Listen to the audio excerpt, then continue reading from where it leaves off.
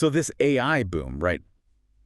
Everyone seems to be throwing money at it, Yeah. but is it actually paying off? Like, is Yeah. anyone actually making money from AI yet, or is it all just hype and promises? It's a good question, and I'm interested. yeah, and it's something that this Goldman Sachs report you shared actually digs into. Go ahead. They interviewed like portfolio managers, even some folks at MIT, Wow. really trying to get a handle on the financial side of all this. So it's like peeking behind the curtain at how the big players are thinking. Exactly. That's cool. And what I found really interesting is it's not all just talk about the future. Okay. The report actually highlights some companies that are already making money from AI, like right now. Okay, so some early wins. Yeah. That's got to be good news for investors. Definitely. But, and this is interesting, they also talk about this almost desperate scramble for AI hardware. Really? Yeah, even though it's super expensive right now. That's wild. Why are they so eager to spend if the payoff isn't guaranteed?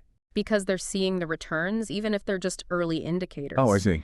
Like, they wouldn't be pouring money in if it wasn't already boosting their bottom line in some way. Right, that makes sense. For example, Goldman Sachs talked to the CFO of one of these massive tech companies. They called them hyperscalers. Basically, I think Google, Amazon, that scale. Got it. And the CFO basically said that AI is already very accretive, which is a fancy way of saying it's directly adding to their profits. Right. Like it's already paying for itself and then some. Okay, so for companies like that, it's all about efficiency, right? Squeezing every last bit of profit out of their operations. Exactly. And AI is like the ultimate efficiency tool. But how? Like, what are they actually using AI for right now that's making them all this money? One big area is inferencing. Have you ever noticed how Spotify, for example, seems to know your taste in music better than you do? It's kind of creepy, right? Yeah, but that's inferencing in action. It's basically AI models analyzing tons of data, in this case, your listening history, to predict what you'll enjoy. And these hyperscalers are using it for everything. Product recommendations, targeted advertising, you name it. So the better their AI gets at predicting what we want, the more we engage and the more money they make. Exactly. It's a beautiful cycle for them, right? More data, better AI, more profits. Right. But that's the big players, the ones who already have all the data. Right. What about the companies that are playing the long game, the ones building for the future? Like, they're not seeing those immediate returns, so what are they investing in? That's a great question. And it leads to what I think is the most fascinating part of this whole AI boom. It's about building what they call foundational models. Foundational models, what are those? So instead of building an AI that's just good at one thing, like write a marketing copy or playing chess, they're trying to build the AI equivalent of like a Swiss Army knife. Oh, interesting. Something that can handle a wide variety of tasks. Okay, that makes sense. But how does that translate into a financial strategy? Well, imagine creating the go-to AI for everything from language translation to like medical diagnosis. Wow. The company that cracks that code could reshape entire industries. So it's like the space race, but for AI. Exactly. It's high stakes, high reward, and no one wants to be left behind. And speaking of not being left behind, the report mentioned NVIDIA, right? The company that makes those crazy, powerful AI chips. Oh, yeah. They're a fascinating case study. Their revenue has like quadrupled in the past 2 years. It's insane. And almost half of all cloud spending is going towards their chips. That's wild. Yeah. So they're not building the AI themselves, but they're providing the shovels for everyone else to dig for gold. Exactly. And it seems to be paying off big time for them. Smart move. But it does make you wonder, with all this investment in hardware, foundational models, is it all going to be worth it? Will we actually get those revolutionary AI applications, or will it just be more of the same, just slightly better? Right. Yeah. Yeah. It's like we're all waiting for that aha moment, you know? Right. Like, AI can write a poem, cool. Yeah. But when's it going to do something truly groundbreaking, like something no one saw coming? Well, it's important to remember that technology usually develops in these kind of like cycles, right? Right. First, you get the hype. Everyone's throwing money at it, talking about how it's going to change the world. Right, like we are now. Exactly. Yeah.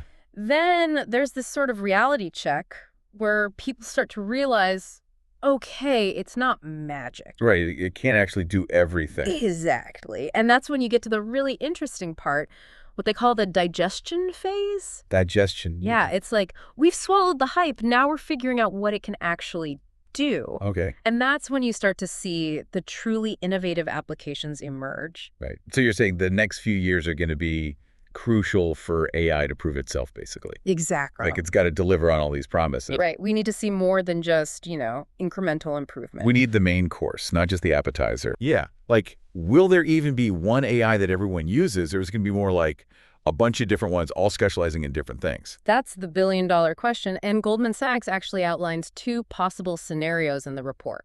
Okay, let's hear it. So, scenario one, winner takes all. One AI model emerges that's just so good it dominates the entire field. Okay, like the Google of AI, No, basically. exactly. It becomes the go-to for everything. All right, makes sense. Then there's scenario two, Yeah. which is more like a bunch of strong AI models, each with their own specialty. Okay, Think of it like the streaming industry, right? got it. You've got Netflix, Amazon Prime, they're all competing, but they each have their own strengths. Right, different content, different audiences, that kind of thing. Exactly. So with AI, it could be like one AI is amazing at language, another one crushes it with image recognition, that sort of thing. Exactly. Interesting. So it's either going to be one giant AI ruling the world or like a whole ecosystem of specialized AIs. And honestly, it's still way too early to say which way it'll go. Right.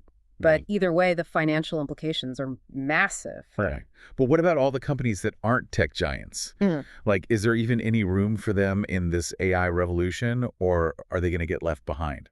Right. It's easy to think you need to be like Google with mountains of data to do anything meaningful with AI. Yeah, is that true? Yeah. Is that true? Like, do you have to be a data hoarding giant to even play the AI game? That's where things get really interesting, actually. Okay. So those massive data sets, they are crucial, right? Like for training those foundational models, the ones that are trying to do it all. Right, the Swiss Army knife AIs. Exactly.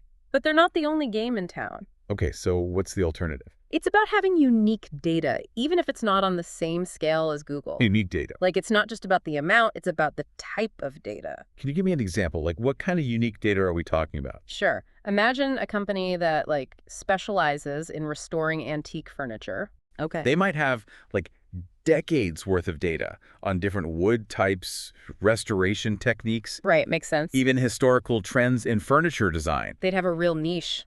Exactly. Yeah. And that data, it might not be useful for training a general purpose AI, Right. but for their specific niche, it's pure gold. So it's like they've got their own secret sauce, but instead of spices, it's data. Exactly. That's really cool. So what could they actually do with that kind of data and AI? Well, they could create an AI that helps authenticate antique furniture, for example. Oh, to spot fix. Exactly. Yeah. Or one that analyzes damage and suggests the best restoration approach. Wow. They could even use AI to create, like, virtual replicas of antique furniture. that's cool. Yeah, open up a whole new market. It really shows how AI can transform any industry, not just the tech giants. Exactly. And those niche players, Goldman Sachs called them vertical specialists. Vertical specialists, right? They're laser focused on a specific problem, and that's where they can really thrive with AI. So you don't need to build the next ChatGPT.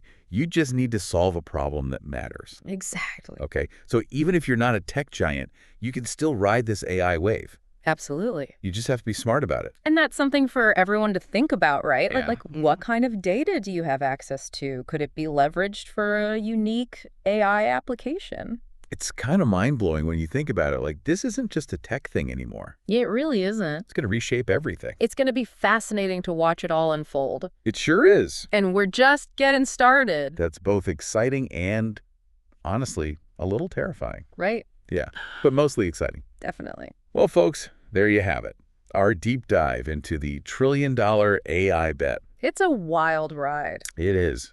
We've seen how AI is already making money. Real money. Explored the race to build the AI of the future. The stakes are high. And most importantly, we've learned that there are opportunities for everyone to be a part of this. Not just the big guys. So keep those AI questions coming, folks, and we'll keep diving deep. Until next time.